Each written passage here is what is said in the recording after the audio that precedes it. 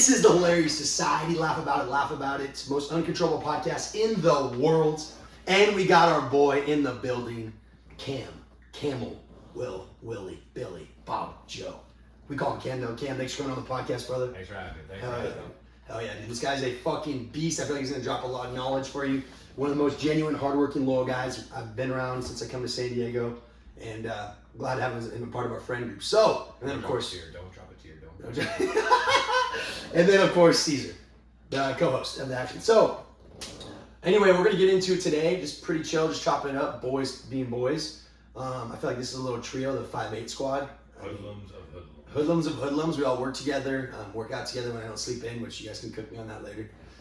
Cam's trying to keep me in check, but I'm being a little bitch lately. So like, I'm still fired up about the reason that I'll treat a bitch. I mean, we always choose a fucking time, but I'm just gonna say right now, it's not gonna be a nighttime for me. I have my fucking needs at night. Yes. It's not the workout. Exactly. But anyway, so we'll just get right into it.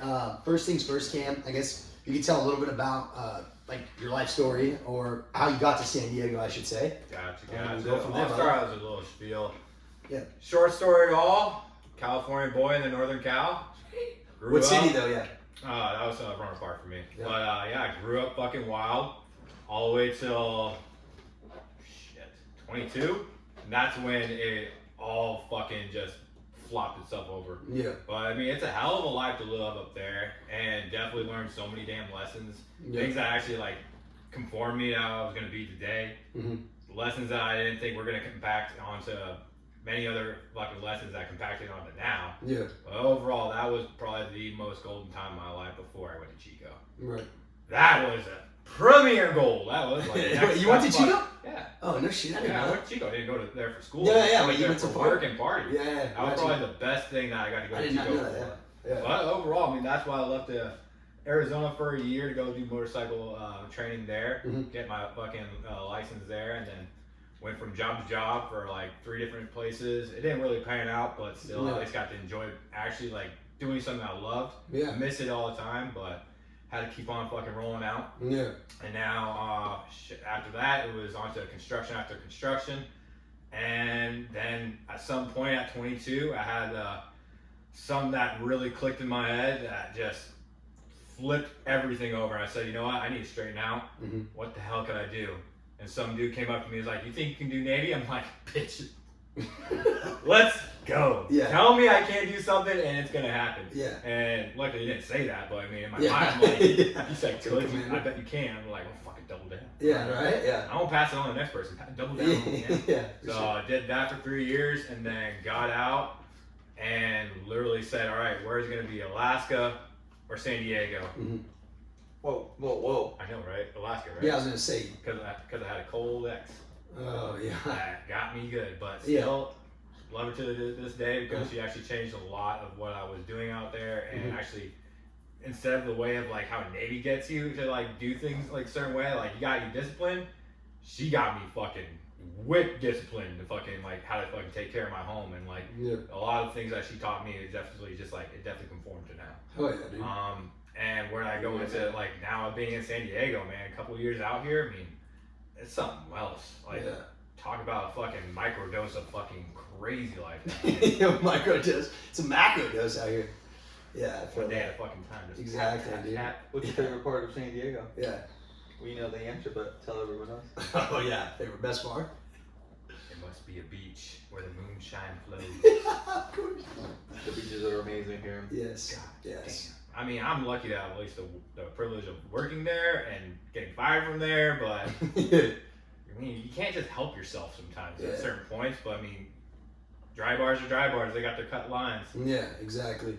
Well, let me ask you this, dude. I mean, being all over, like being in the military, motorcycle, was it motorcycle school? Or motorcycle school. So got you construction, like. You probably heard of UTI. Yeah, UTI. Yeah, so that's what women get sometimes, actually. Well, you don't get jumping on that one. Just kidding. I know, if anything, I've met so many military people like right out of high school in there, and I was just like, so this is how fucked up means. Yeah. Like they actually like bring around everywhere they go. Yeah. Literally like a pile of shit, and then they just kind of just like So you're gonna smell this, and you're gonna fucking have to just sit there and fucking understand what we've gone through. Yeah. So I got to at least, understand through a lot of people's like different views. I mean, it's all over. We got people all over the country who went to Arizona for just a little bit of training, and then there's badasses out of hell. So you just gotta kind of sit back and watch and kind of learn a thing or two. Yeah. So they definitely saw more than a fucking thing or two. Yeah, exactly. So I guess I was gonna ask is like, how did you adapt to change from environment to environment?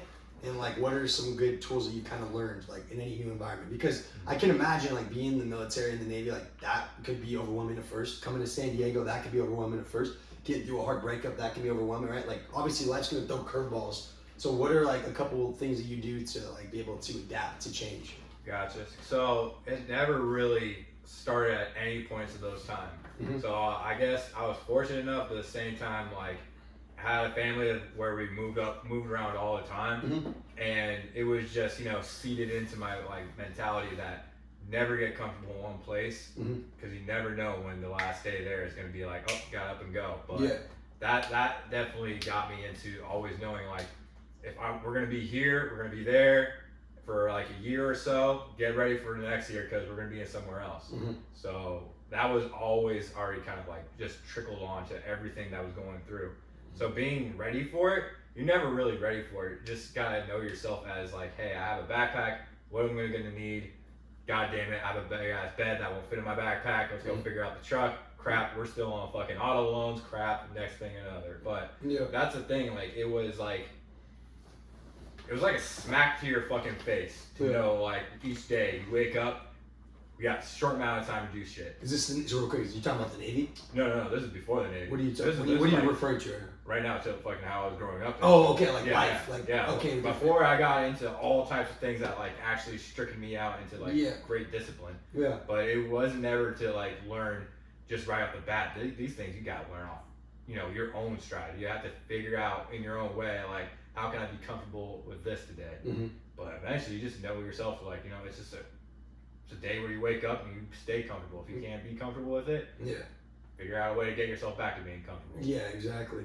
And I think that's one of the hardest parts is, and Caesar, I want to hear obviously your take on this as well, but like getting comfortable being uncomfortable, right? It's like so cliche, but it sounds like what you're going through and what a lot of people that become successful go through is like you get used to like the uncertainty, right? And like the discomfort of certain situations, but the more comfortable you can be uncomfortable, you like kind of find yourself, you know what I'm saying? Yeah. And you like build that structure and like that self-confidence that like you don't need anybody else to become, great. It's great to surround yourself with great people, but at the end of the day, it does all come down to you, you know what I'm saying? Well, I mean, certain people take themselves in different ways of how they are their own rock and how they perceive themselves to be towards everybody has their own rock. Yeah. So I've always had that vision of like, shit went downhill on one side, and then it's like you have a lot of people that kind of like come to you for a little bit of like actually like, centering themselves back to being actually a little bit happier because they didn't really have a backup. They needed somebody to kind of like shoulder onto, and they're just like, all right, I got my pet back, come back through.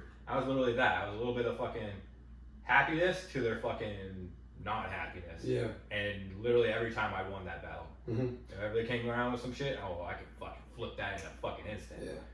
Drug skills 101. Yeah. And when you're talking about this, you're talking about like people in your life, family, friends, like. I'd say it was all over, man. Yeah. So just life in general, like when shit would throw something at you, being able to bounce back. I think the first one that actually happened was definitely back in high school, where some kid got fucking pushed during a football game. And man, I saw that moment. I'm like, sweet, this is my moment to go fucking chuck that other kid. Yeah. But then he took a second to catch me. It's like, hey, why'd you do that? Like, it was right to me, man. I can tell you didn't want to have that fucking beef. Yeah. And I wanted that fucking beef, and I fucking chose to fucking come step up. Yeah. Because that's what it has been always. Like, if you want someone to come treat you like how you want to treat them, say less. Yeah, it's the golden rule, dude. Yeah, exactly.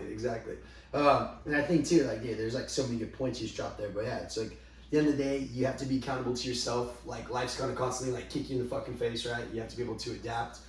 The golden rule is like the biggest thing, right? It's like if you treat people with respect, it's usually gonna be the law of reciprocation will come back. If people treat you like shit, like you should expect to treat them like shit. You know what I'm saying? Yeah, but sometimes it's hard to hold back too, especially on the job we do. Transition a little bit to like solar and whatnot. Like, God, the amount of assholes we get here and there. Not always. There's a lot of great people, but it's in any job you're gonna have assholes.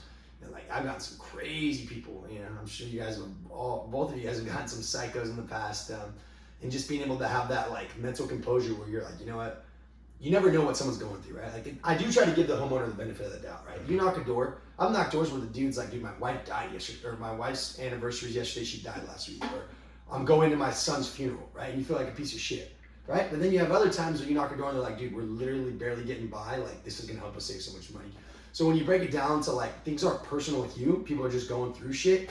It makes it a lot easier to compartmentalize emotions because yeah, there's times where I'd be like super high or super low. Knock a door and someone's like, you fucking piece of shit, like X, Y, and Z's going on. I remember one time, this was actually crazy. My buddy Max, not the dog, shout out our boy Max though, and my buddy Jack knocked a door when I was working in Northern California, and it said like, he didn't see it, he knocked the door and it said like, please don't knock, baby sleeping. And so we like, they don't answer, they end up walking the block, and then like this big ass like kind of cholo fool comes out like an hour later, like just straight dickies, like wife beater, big ass fool, and he's like, hey, did you knock my fucking door? He's like yelling at Max, and he's like, yeah man, I didn't see the sign, I'm sorry. He's like, my kid's got fucking cancer, he's dying of leukemia. And then you're like, ah, dude, fuck. Like at that point, it's like, dude, the guy could have punched you in the face and you wouldn't even, like, you don't want to fight back. You just feel like the biggest piece of shit in the world, right? Yeah, but that was unnecessary. No, of course, right? But it's like, you don't know what people are going through, right? It's like, that guy's obviously going through fucking hell. Yeah. And so, like, this job is so, it's so rewarding because you really get to understand people and figure out, like, how to keep someone's attention, how to relate with someone, how to build rapport, but at the same time, you're gonna get a lot of crazy assholes, and you have to also learn how to, like, just tone back and like, you know what, sir, have a blessed day. Like I watch a guy, Taylor McCarthy, on YouTube, and he's always like, whenever people are psychos, he's like, God bless, have a great day, God bless. That's what I'll say. You know, kill them with kindness, but you're 100% right. Caesar, do you have any thoughts on that? No, you're chill. I'm just absorbing all of Okay. it. Yeah. Absorb into the microphone a little bit more. Nah, you're good if you got nothing. Whenever you want to jump and down. You got nothing good to say, don't say no. Yeah, I like that. Well, the second thing I want to talk about, Cameron, like you've kind of alluded to like multiple times already, is implementing structure and how it positively correlates to success. And obviously that's like super cliche and vague, but in what ways, because you talked about a little bit with like your ex in the military, did like implementing structure change you for the better? And I guess what were you doing before you were implementing structure that you were like, once you started implementing structure, all those negative qualities went away, or I guess minimized? Yeah, so it's like, you get this feeling every morning that you have when you wake up, and it's that stressful feeling of like, God damn, what else am I gonna have to deal with today? Yeah. But you gotta fight that the worst too, right? So there's different ways how I always implemented it. It was just start with, one good thought. Mm-hmm. And then add on that thought just slowly at a time, You're just barely sprinkling in some extra salt to your marinara. Yeah, I love it. There's always that one extra good thought that can always get yourself into a good lead on, right? Mm-hmm. And I always did that every day growing up, but at a certain point, it just, it lost its, lost its dexterity maybe of it. Yeah, it's touch or whatever. Yeah. I was probably to say that, but either way, like, you found yourself at a point where you're just like, man, I'm just like all gone. Like, where do I even really want to get up for anymore? Yeah. And so obviously there was. Why do I want to live? Yeah. I wouldn't jump that far. Yeah. Jesus Christ. That'll definitely get some better views. Yeah. No, but if anything, once I told myself one thing after another time, I said, how else do I want to get up and tell myself, you're worth it? Yeah. And there's definitely different ways how everybody do it. Make your bed in the morning. Make sure fucking things are all kind of like nice and neat so you don't look like a slob. Mm-hmm. That obviously doesn't go both ways for everyone. They like to have a little bit of both on them sides. Yeah. So every time I would just start with fucking change of socks. Mm-hmm. Start with fucking those. Mm-hmm. And then after that, you walk right out that room and do the most amount of 5 certain things. Either clean up a little bit, go outside, go take yourself to anywhere that's nearby you at like a good walking distance, and actually kind of motivate yourself for just a little bit, just a little bit of breath of air. Mm-hmm. Come back, recollect it all, and then start the day. Mm-hmm. So those are like the first few things I always did. And eventually it always kind of just turned around and actually start going progressive. I dumped down in some, like, just always smoking weed all the time. Mm-hmm. And that just slewed me back all the way to 100. So it just led from partying to fucking doing everything else possible of just trying to get my attention to all other things, but back to that. Yeah. Once I had a slump back when I was 22, it just cracked my head like a fucking baseball bat, and I just needed to get away. I was tired of it, and eventually the reason why I came to was that I just wanted something better than what I was having. Yeah. So military kind of struck in a little bit more discipline there, but once I started actually wanting myself to have more than just just stuff set up for myself, I wanted to kind of get settled down. Yeah. Tried working on that, and there was obviously the fucking back and forth fight with how to make a relationship work while in the military. Yeah. God damn that stuff. Whew. Yeah. It's like putting gasoline on a hay fire Yeah. and thinking it's gonna go down still. Yeah. I mean, you gotta work at that hourly, daily, fucking weekly, monthly, yearly. Like that stuff is probably one of the hardest things for I think most people to kind of get used to. But overall, no, like working relationship. Yeah, like long distance. I mean, basically, man. I mean, shoot, I had like months at a time I was out at sea with a girl who wouldn't ever date a Navy person, but for some reason she wanted to make it work with me, which I'm pretty sure I knew what that reason was. Obviously, fucking love. Don't think about it. Yeah. like this man. I know how to make people actually really happy, and I think I still know how to do it today. But still, it's like I think there was something of a good charm that actually kicked in, and I'm still kind of confused to this day of like what more did I not do than what I could have done, which kind of restricts me back to like all the things I kind of started with myself in the beginning. It's like, how did I get myself actually like going and wanting to get myself into a better place? Yeah. Because I wanted to go please a lot of fucking people in a day. Yeah. I love reaching out to random people all the fucking time, like seeing people at anywhere but nowhere that made sense at all. Yeah. You just completely just tap in. It's like, so you having a bad day? Mhm. Okay. Let's start with that. Yeah. And let's go on from there. Yeah. Because fuck that shit, and you know it. Yeah. So that's most of where everything kind of just structured itself together, where just like at one point you just don't let this shit get to you, because all it does is just sit, stir, and just tells you every fucking minute of the day, why did you do this differently? Why do you fucking suck? Why does your heart always get broken? Why do you never fucking remember to put the seat down? Yes, the rap. I love the littlest ones. Yeah, dude, that was huge, and I appreciate you being vulnerable about that. But I think too, one of the hardest parts is the morning routine. Obviously, like I lack there, but not to make it about me. I think it's cool because you're right. Like, there's a lot of people going through a lot of shit that have had like maybe a harder time growing up and not been dealt the best hand. And those self like deprecating thoughts of like, man, like I'm not enough, And I feel a lot of people. I've had days where I'm like, fuck, dude, like. Am I not like good enough for solar or fucking, to be successful? Am I full of shit, right? You start questioning like everything you talk about, like, dude, how much of this is bullshit? How much of this do I actually believe?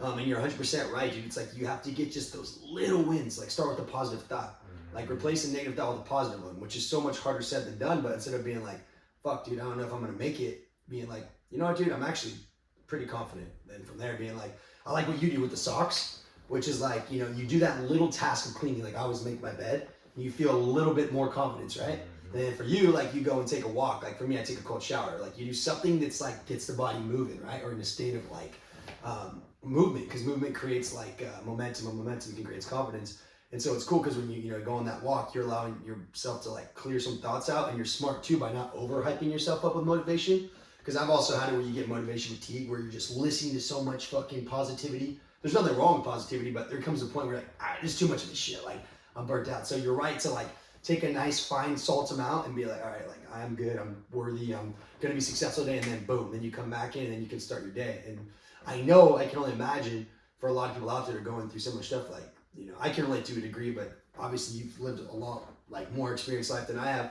That alone takes so much effort, but it's like, what's the alternative? Like sit and sulk and just be miserable. So it's like you have to fight against that demon, but every time you do, you're getting those wins that like makes the story that much better, There's like the lower the fall, the higher the comeback, Like Caesar talks about coming out here and fucking living off McDonald's and like not having, shit really for money. He saved a little bit up, but being able to like fucking then make it, right? Like the thing with solar is there's so much self-doubt involved, right? I mean, I'm sure even like the top DMs still have levels of doubt, right? Like I've been doing it for a year. I know I'm successful at this, right? And I still have days where I'm like, especially when I moved here, I'm like, fuck, dude, am I like, maybe I don't make it. What if I don't, graduate combine? Like, what if these deals fall through, right? And you're like, you have to like tune all that shit out and just focus on like, okay, what can I control? I can control practicing my pitch, right? I can control making a positive interaction. I can control going to bed on time. And like then, right, the other shit will start to snowball effect positively. So I think that's fucking huge that you do that. The other thing I wanted to cover on real quick, and then Caesar, I want you to hear, it sounds like you have something to say as well, is, I think I lost train of thought, but it'll come back to me. I'll let Caesar go for it. But yeah, I think that's huge, dude. Start your morning with something positive because it is fucking so hard. There's days where you're like, God, I don't want to get out of bed. There's nothing to look forward to. And so it's tough to fight those demons. Test yourself to wake up fucking early, man. Yeah. Me too. I mean, that's honestly one of the biggest things, like starting your morning early, making sure that you're like getting a head start on stuff. I mean, what do you do? What's one of the kind of, because I'm pretty sure everyone always talks about, oh, I want to start getting up early, getting my day, going on a little bit sooner. What are some things that you implement to be able to get your like day started early, even though you might not want to? That's a good one, but I mean, overall, I just try to get myself up early. I mean, that's the first thing. As soon as you fucking roll out, fucking wipe your face off and just get the fuck up. Yeah. Literally at that point is just a mean ass fucking petty officer right behind your back ear and just like, get the fuck up. What are some of the You ain't doing shit on this bed. Get the fuck up and go fucking do something, because god damn it, somebody's aching for you to go out there and make them fucking wet. Yep. Yeah. Also, too, that just reminded me, the wet part, I love that. It reminded me, too, is what you talked about, that's what it was talking about reaching out to somebody who's going through shit, because so often, like, I'll be having a shitty day, and someone will call me, and they don't know I'm not having a good day, right? And like, or I'm just not motivated. Like, here's a good example. Today, I didn't want to go out and knock, right? And then Pia called me about the meeting we had this morning online. And obviously, I was like, I don't want to talk. And it's not Pia. It's just, there's moods where you're just like, I don't want to talk to anybody. Like, I'm not feeling good, right? Or I'm not motivated. And then before you know it, we're spewing ideas about like M3 and the batteries and all the success and opportunity we have. And then I get off the phone with her. I'm like, oh my God, I'm kind of fucking pumped right now, right? And it's cool. And it's also hard because I had a friend who's actually from Roder Park, Raylani. We were all having a deep talk one night when I was in Chico, and we were all like talking about, I don't know why we're doing this, but we're talking about our pros and cons, or not pros and cons, but like things we do good at and things that maybe we should get better at. And Ray was talking about me, and she's like, I feel like you exert so much energy for everyone else, but obviously that means that like you're giving so much off that means like you're not empty, but like that shit's energy's got to come back around, right? And so I feel you on that because you're. Well, that's controversial on that one, because I mean I've been fucking told that one a lot recently, but I'm just like. But why does it feel good to me though? No, I agree. Like you have a fucking battery that obviously fucking outputs a fuck ton. No, facts. But how does it make any bit of like everything you have to do on this like daily routine like to be any less of what you are taking away from yourself? Because it's like, where else are you gonna fucking put it? No, I agree. I wasn't disagreeing. I was just saying what she was trying to get at was basically like, yeah, when you reach out to so many people, sometimes like, at least at the time for me, I would go to sleep sometimes feeling a little empty or whatnot, because for me, what I guess I was trying to get at was, at the time, I'm different now, but I was trying to please everybody. Yeah. Make everybody else happy, make everybody else laugh, and then like I got my own shit going on, but like no one worry about me, because I'm basically putting so much energy on presenting myself as like this spastic, confident guy, and like talking to everyone else that I'm not allowing anyone or distracting people from me. Like, yo, what's going on with Nick? And now obviously I had a lot of phenomenal friends that would reach out. I'm not saying I didn't have anyone there for me, but what I was going to get at is I think it's awesome to the point that you talk about reaching out to people, because maybe you're having a shitty day and you call somebody to ask if they're having a shitty day, and they're like, yeah, and then you start talking, and then you get off the phone and you're like, okay, I helped someone out, right? At the end of the day, people say it's selfless, but let's cut the shit. The reason why it feels good to donate or help someone walk across the street or be there for a friend is because you feel good. You feel like, fuck yeah, I made a difference in that person's life. I feel like a better human being. And there's nothing wrong with that level of selfishness, right? It's like you genuinely feel good for helping others. Like, what the fuck? That's the most awesome thing there is. So I think it's cool because you're able to like build momentum once again by reaching out to people that maybe are going through shit, maybe aren't, because you're like, oh, dude, Cam actually cares. And then what that does is it reinstills the fact of your own mental, like, I am a good friend. I do check on my friends. I am there for people. And then when you're going through shit, you build not a crowd, because it's hard to have a crowd, but a squad of loyal friends that are like, dude, Cam's always checking on me. Let me call on him. And you don't realize those days that you're having a bad time, people call you and you're like, fuck yeah, dude, like, this is cool. And it's not like I scratch your back, you scratch mine. It's more genuine than that. But it's like, dude, he cares about me. Fuck, like, I care about him. I should start doing that more. So right. I think that's fucking huge, bro. Have someone walk into the door. You like something to drink? Yeah. No? Great. Fuck yourself. Yeah. Cactus cooler, baby. But that kind of leads into the next thing, which is consistency in any realm will breed confidence. And so, I mean, fuck, I've only known you for like 3 weeks, but this guy would always tell me, Caesar's like, bro, this was like, I hate saying this because it sounds like arrogant, and I don't think this of myself, but I think I'm a pretty confident guy. And he would be like, dude, this guy's 3 times as confident as you, and he's right, dude. I meet you, you're like fucking wired, but you're not on any fucking thing. You're just confident in yourself. And I think, and I want to hear what you have to say. You kind of already talked about it a little bit, but like, were you always just confident? Where does it come from? And I'll just say for anyone that's watching this that doesn't know Cam, like he's authentic. Like you're not just doing this to like fucking make yourself feel like, oh, I'm the man, you know, fake it till you make it. Like I know you are confident because I've always seen it in you. And I want you to go in on it, but it sounds like the card you were dealt, obviously you had to like overcome so much mental shit to get to a state now where you're like, all right, I can do it. Yeah, there was these 3 moments for me. Mm-hmm. And they were near life death fucking moments. Mm-hmm. One almost coming out of the womb with a fucking umbilical cord wrapped around my neck. Shit, yeah. That shit was fucking wild, and obviously I'll never fucking remember it, but you know, fucking damn near fucking could have died fucking at birth. Passed that one up. Fast track to like about 3 years later on, at my sister's little soccer game, and we have these redwood trees that overline this whole park. Mm-hmm. Shout out to G Park. Park people should know. Oh yeah, it's different sections. And they have all these trees that fucking any fun kid can walk up to, and all the branches are all the way down to the root. And me and my brother go climbing up to all these all the time at different games. But this one day, I climbed up about maybe 50 feet or so, and yes, I hit every branch on the way down when I fell that ugly fucking tree and fucking landed right on my head. Everybody freaked the fuck out, looked over, kind of ran over to me, and then like 2 seconds into it, I'm just like fucking what? Yeah. Oh, hey guys, they're gonna go be unresponsible again and try to go climb this. They're like, no. Yeah. Playground. I'm like, yeah.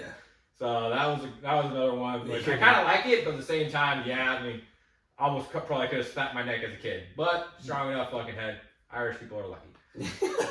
Third time definitely fucking hits home. Definitely probably not my most brightest. No, it was never a brightest moment, but basically I rolled a car, passed out because I was tired of fucking going around, like literally getting back out of Navy, or not getting back, coming from Navy from Virginia all the way back home to California. Fuck, you driving that?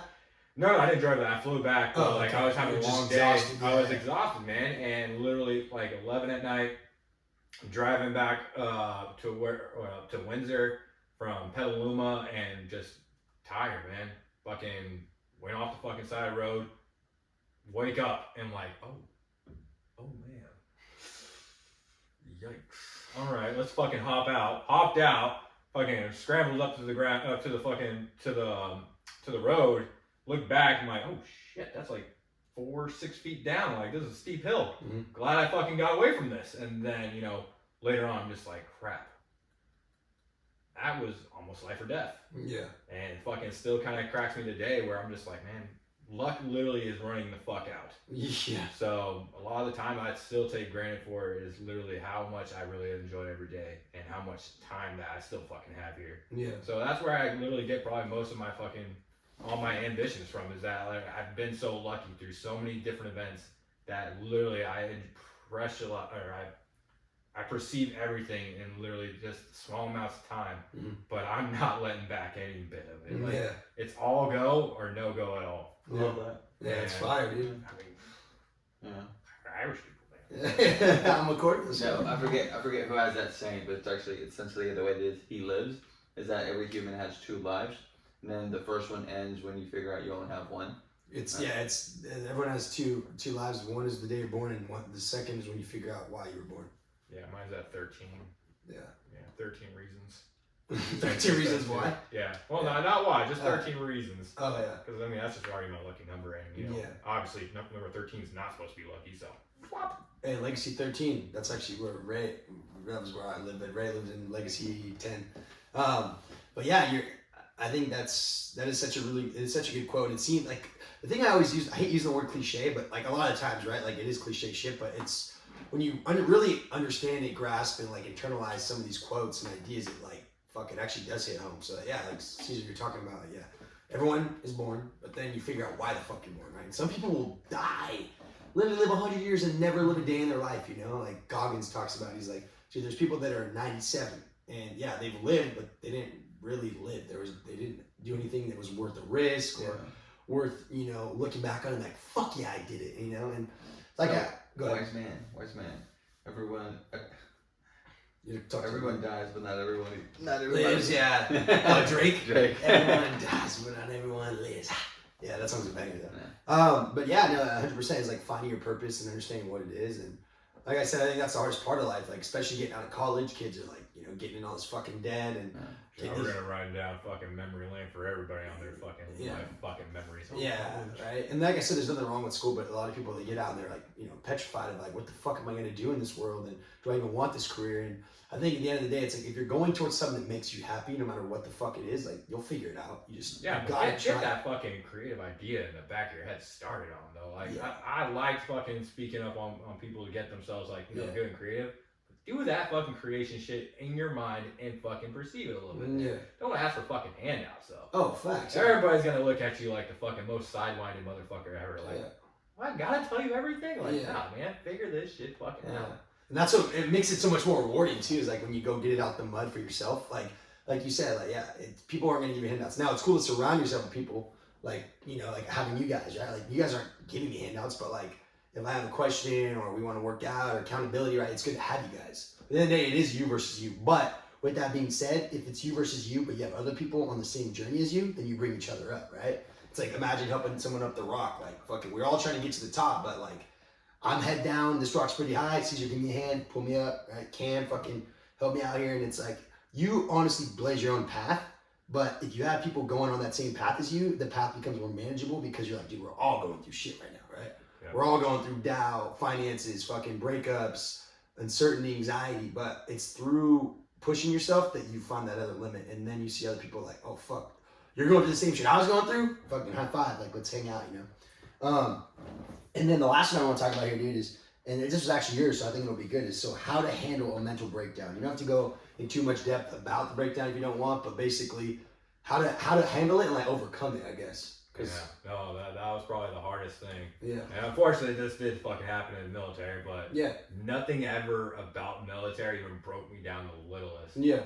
It was just doing everything all at once of wanting so much for myself and wanting to make things fucking work and having such a big goal in front of me, but literally just always backstepping because every time I want to take one step forward, obviously there's two steps fucking back. Go for it.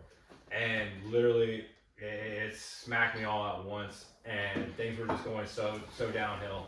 I couldn't get myself back up, and I had to literally just do everything I could to fucking try to find myself again. But it did take a lot of, a lot of help for myself because I didn't have the fucking courage to go talk to someone. I kind of hated the idea of already having to, want to speak to someone about what's going on with me when overall they could just rewrite everything I've just said and write back to it. And like, I know that's good for a lot of people. I definitely don't doubt on it. It definitely hit me in a way as a kid where it just didn't click all the time. Nowadays, I'm just like, it probably would have clicked now, but... What do you mean? Are you referencing like therapy? Like talking to people about shit? Yeah, there was that. But overall, just like, I knew to tell myself, like, you can get yourself out of this because this is literally all you right now. This is all coming from out of your fucking heart. Mm-hmm. So let's get these fucking pieces a little bit picked up here and there and just get it fucking back together because look how much fucking you can fucking push out there. Yeah. Every fucking day you wake up to fucking a struggle. Every fucking hour you've at least been on the phone to fucking speak with family, get them back on a good note. Yeah. Call fucking as many people as you can call that want to make sure, like, you're doing all right. Fucking great. Tell me how great is all right now. Yeah. And there's little things always that you can bounce off of that at least, it energized my whole entire, like, wanting to do things. Mm-hmm. And then when one day it just didn't, everything just kind of felt so weird. But I don't think it was mostly of me of how to reach out with people. Mm-hmm. It was mainly of that I was just upset with things that I wasn't getting myself to, Yeah. And I think the worst part is when, you tell yourself, fuck, I wish I was fucking worth it right now, but I'm not fucking feeling worth shit right now. Yeah. And that's the spark that kind of dragged it out a little bit. It was a long fucking spark, but eventually, like, there was nothing but up to go from. Once you hit that rock, you have nothing to go from there. Mm-hmm. So you gotta fucking tell yourself one thing or the other. Yeah. How bad should someone have me right now? Mm-hmm. 10 out of 10. I love that fucking saying. Mm-hmm. It's not that I don't have someone, it's that someone doesn't have me. Yeah, that's good, dude. Yeah, that's huge. So you think like when getting through that and dealing with like mental breakdowns, because I feel like obviously in our society, right, and especially in the Navy, it's like, you know, you're not supposed to talk about your feelings, internalize it. Like if you're you know, going through shit, like figure it out, get yourself out of it, which obviously is important, right? But it sucks too, because at the same time it's like, fuck, like sometimes maybe you want to reach out to someone or tell them like, dude, honestly, I'm going through some shit today. But having to, you know, hold it all in and compress it probably was fucking hard for you. So being able to get out of that, what were some things that you did to get out of that mental breakdown and like propel? Animals? Animals literally helped every fucking thing. Just literally to go pet animals, to go watch animals. That was probably the one thing where I could say, why am I fucking bitching right now? Look at this fucking animal enjoying his fucking life. Yeah, right, yeah. Look at that fucking little cat walking around with no fucking cares. Fuck you. Yeah. Either way, I love you because you're a little fucking furry fuck, but god damn it. Yeah. Why can't we all have less problems like that, little fucker? Yeah. I think it's crazy too, because like, you know, especially when an animal gets close to you, they know when you're like going through shit. You know what I mean? Like when I would be, I don't know, bummed out or whatnot. I guess I didn't really have like, I'm very lucky. I didn't really have anything crazy in my life, but just like, you know, you're going through like a breakup or something. Like I've seen, like you can see them like fucking empathize with you. There's a fucking video that went viral. It's actually hella sad. It's they're burying the owner's. They're at the owner's tombstone, and the fucking dog is literally crying on the tombstone. You guys seen that video with the husky? I mean, you're like, it's honestly, it's heartwarming at the same time. Yeah, it's just like crazy because I honestly don't think fucking connections like that with animals are real until you're like, oh crap. Yeah, but I'm all dogs. Eat fuck cats. I mean, cats are cool, I guess, but I mean, fuck. Shit, I want an American Eagle to hug me too. Or bite your face off. Murder. But dude, that's so. Yeah, so you're saying how you got through that was through basically animals and like taking. I guess the other thing too, what it does to a larger extent is like it temporarily gives your brain like something else to focus on. You know what I mean? Like you are what you think about, right? Like the fucking, what is it? The 5 greatest words is I think, or 7. I think, therefore I am. Right? And it's like another cliche, but it's true. It's like that's is it 5 words. 6? Therefore is one word. I think, therefore I am. I don't know. When I heard it on a podcast, maybe it was 6. I forgot what he said, but you can guys roast me in the comment section. Yeah, fucking A. But it's crazy, dude, because like you are what you think about, right? Like whenever I have anxiety about anything, I realize like the more I think about it, the more I make it real, right? It's almost like confidence. Like when you're talking to a girl and you're vibing, right? You're just like, man, this is going good. Like I can say anything right now and it will get better. I mean, you get in that state, right? Maybe you're at the gym and you're like, dude, I'm getting a pump. Like I can hit any workout, my arms are gonna get big. Whatever it is, right? Now it sounds cliche or like a douchebag saying, but bottom line is like whenever you place all your, you know, where your energy, what is it? Energy goes, where focus goes, energy flows is what it is, right? So it's hard sometimes because it seems cliche, but the more you can spend like time focusing on whatever it is, maybe you want to be better at sales, so you focus on negotiating, reading nonverbal cues, eye contact, tonality, right? Or if it's, you know, talking to a girl at the bar and like understanding what signs that she's interested or when she's not, or if it's your own self-talk, right? And it's so hard to become self-aware, but like, yeah, when you allow your brain to focus on something that's positive, it's so hard sometimes, but when it's genuinely positive, even if you're in the suck, like you can allow your brain to just fucking go down a rabbit hole of positivity, or, which is how mental breakdowns can happen, is like you feel low and you just like keep putting the fucking gasoline on the fire. Like, man, I am shit. I'm never gonna be anything. Fuck, today sucks. I'm broke. So it's hard. It's so hard, but everyone that's listening, you gotta remember that where you place your energy is where you're gonna, you know, ultimately gravitate towards. So that was big. I think I like the last one thing I want to say is that one last thing that actually did get me back up out of my slump is that people go out and try to go like, you know, hit on like, you know, somebody they like, but they've like kind of like mentally prepared themselves to say such, you know, yeah, fucking lines. A pitch. No, I wouldn't say pitch, like catch fucking phrases, you know, one-liners. Yeah. And I told myself, this one or a few different, I don't want to say many fucking nights, because honestly I definitely shot so many shots and like told myself, Kobe Bryant. don't even try to fucking make sure like it works. If anything, just shoot it and just see what it fucking happens. See if you get a If hit. anything, I was shooting to fail. Get the AC. But god damn, was it some fucking probably the most interesting thing I thought of later. I'm like, I love that. I didn't think that was gonna work, but she smiled. All right. Yeah. He smiled too, but I wasn't really going with that. Yeah. Security guard said, "Time to go." Yeah, exactly.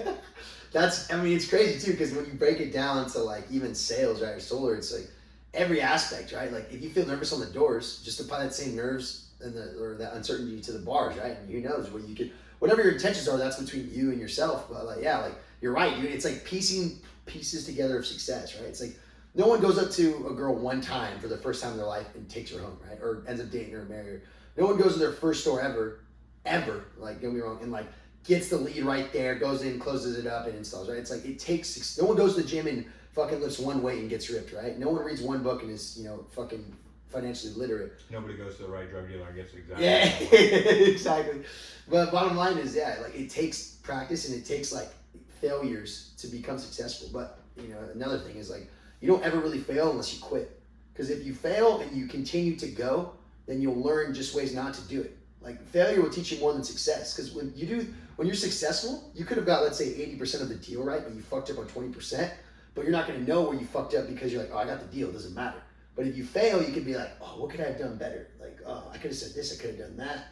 Oh, and then I would have. Then this would have happened. So then when you're in the next deal, you apply what you did incorrectly, and then you become successful for it. So failure is so much more valuable because it's through that like doubt, uncertainty, nervousness, anxious, anxiety, where you're like, then you finally get it, right? Like you finally do whatever it is. You get a new PR, or you closed your first deal, or you fucking Don't wink that. whatever. Yeah, right. You got like a really girl out of your league ends up, thinking you're cute or getting the number, and you're like, fuck.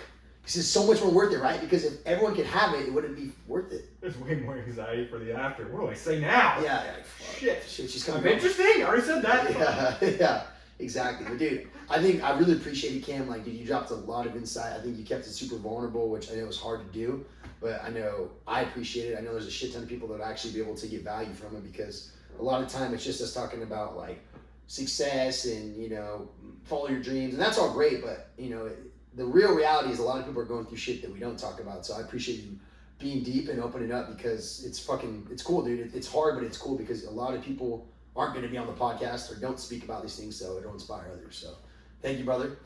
Appreciate you, my guy. I'm gonna laugh about my pain tonight. Yeah, Caesar was a big talker on this episode. Laugh about it. Laugh about it. Anyway, guys, thank you for listening to another episode. We are dropping 4 this month. This will be the 3rd one, so we got 1 more coming. Lock in, tune in, laugh about it, tell your dead goldfish, your ugly neighbor, or your ex-wife. You can believe this Irishman will be there. And this Irishman will be there.